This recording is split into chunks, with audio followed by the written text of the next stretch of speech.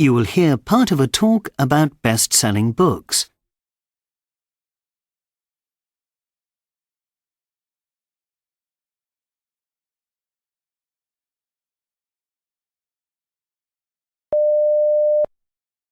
In my role as a publishing consultant, I've recently written a report on trends in the bestseller lists over the last 5 years. I've carried out an in-depth analysis of best-selling titles in various categories and have tried to identify some patterns. It's my conclusion that there are some common features in the books that have been most successful. First of all, the genre of the celebrity autobiography. These consistently top the charts, selling in vast numbers, but what makes them so popular? They show the reader a world of glamour, and they claim to give an accurate picture of the real person behind the celebrity. But my research shows that the most successful books all describe the celebrity's struggles. These may be connected with achieving fame, or they may come after fame, or both. And contrary to what you might expect, the top sellers in this genre do not always include gossip, even though this is generally assumed to be part of their appeal. Cookery books sell in large numbers, and when I analysed the top sellers in this genre, it was clear that they offer an air of sophistication that has huge appeal. People aren't buying books of simple, everyday recipes. Often the ingredients required are expensive and hard to find, and the recipes can be complex and challenging.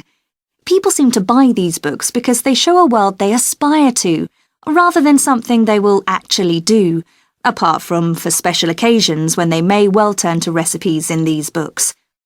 When it comes to books about sport, the bestsellers have all been biographies or autobiographies of well-known figures, and what these books have in common is a wealth of anecdotes. It's clear that readers like the feeling of being on the inside, of getting a glimpse into the world of top professional sport through these funny stories.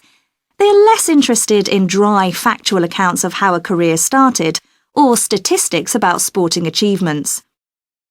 One genre that has seen a huge rise in recent years is history books. The bestsellers in this category are aimed at the ordinary reader, not serious students of the subject, and one feature they all share is their use of oral accounts. Quoting from people who were speaking at the time, these books aim to provide a human aspect to history, rather than just focusing on facts and figures, and this gives them more relevance to the ordinary person. Ever since they first appeared on the scene, self-help books have always featured high on bestseller lists.